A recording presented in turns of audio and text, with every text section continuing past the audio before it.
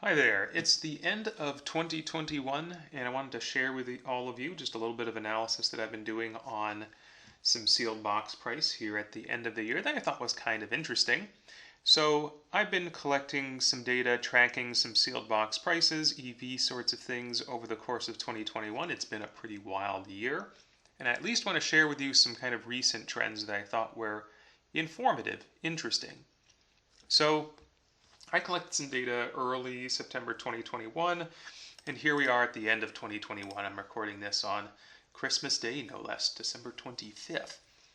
And what you will see in some different columns here are sealed box prices. These were generally gotten by looking at recent sold listings on eBay. Same thing here. And we have box EV. I think I just used market price from TCG Player for this particular one. I used Dawn Glare to just calculate that.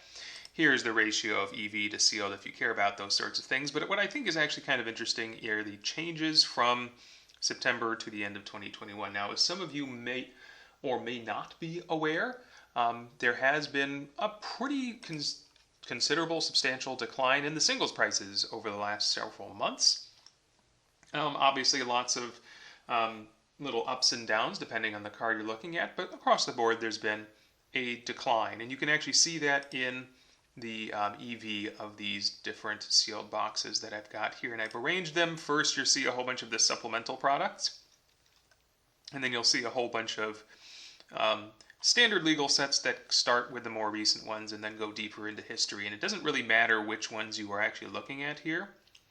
There is a pretty consistent decline in the EV of these things. On average, we're looking at about a 4% drop. So not huge, but it's there. What I was kind of interested in looking at is, do we see that kind of change happening in the sealed box prices? And the answer to that question, generally speaking, is no, not really. I mean, some are going up, some are going down, but on average, they're pretty much stable. They're not changing more or less at all. Now, that was surprising to me even for the supplemental products here, because as you can see, here we've got all these, Masters products and what have you. And in a previous video, I pretty much found that these products are much more yoked to the price of the cards in the box than your typical products. Obviously looking at really old booster boxes, take a set like, I don't know, Apocalypse. The cards in that box aren't worth a darn thing, but obviously, it's very expensive to buy a box of Apocalypse because they just don't exist. It's not really the same sort of thing for the supplemental products. You tend to have an EV to sealed box ratio that's pretty tight.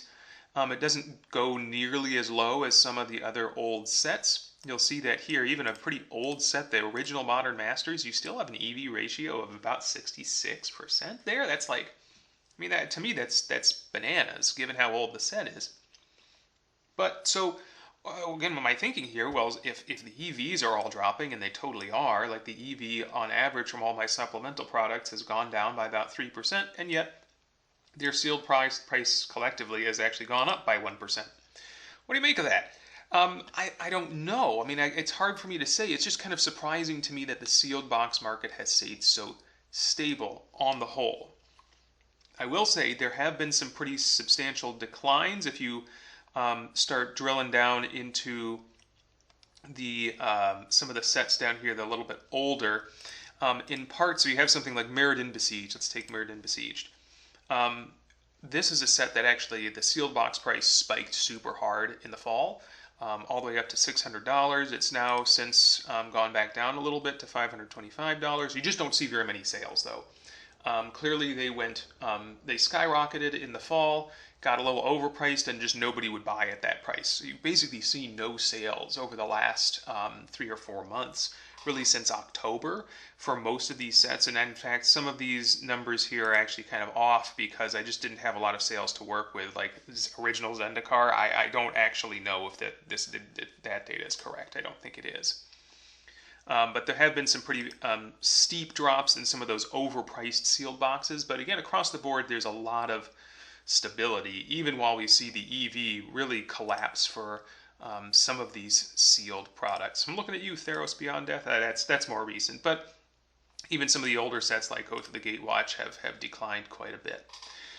One last thing I'll share because I think it's interesting. I did try to correlate the change in sealed box price with the change in EV, basically saying, well, for those boxes that are getting more expensive, is it because the cards in the box are actually going up or maybe going down less? I mean, is there any relationship? And the answer is no. There's no relationship whatsoever. The sealed box price changes have been completely independent of the EV changes. So again, at the end of the year here in 2021, we see a slump in singles prices, but the sealed prices seem to be doing just fine. Another real quick update, because I've been tracking this over an extended period of time because I think it's entertaining and perhaps somewhat instructive. Jumpstart. Let's talk about Jumpstart. Way back in January 2021, this was at the beginning of the year, Jumpstart was going nuts, going bananas, because you couldn't find the boxes anywhere. They were simply unavailable, and so all the prices were sky high.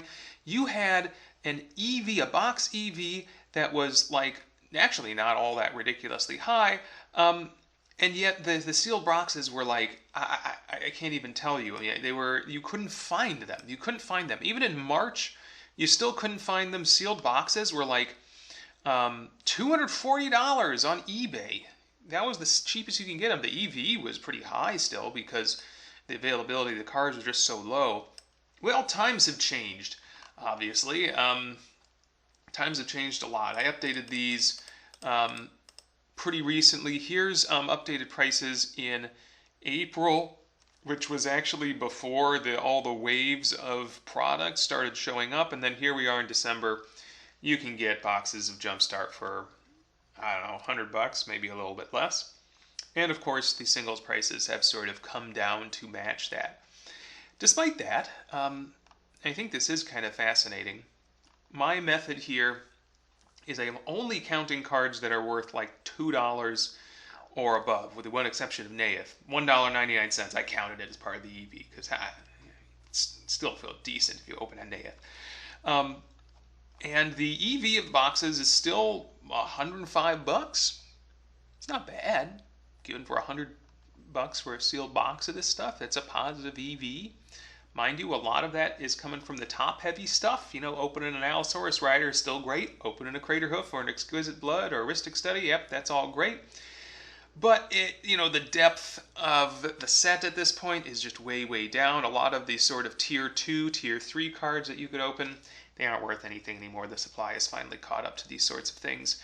And, of course, the cards you're opening from Magic 2021, the core set, there's like nothing in there that you're really excited to open. If you're getting an M21 card, if it's not Terror of the Peaks, you are a rather disappointed person.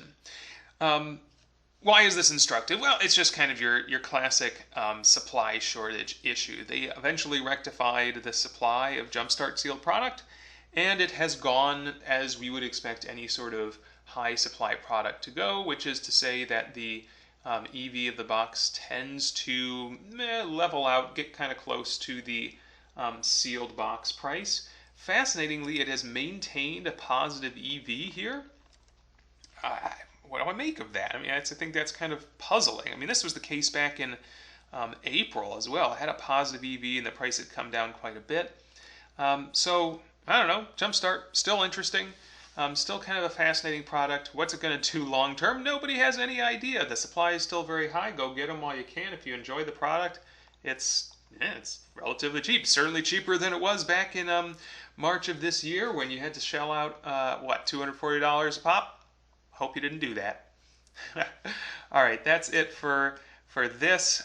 If you want to see any sort of deeper dive into any of the things I worked through today, leave a comment. I can certainly go a little further into any of this stuff. It's fun, cool updates. Hope you had a great year.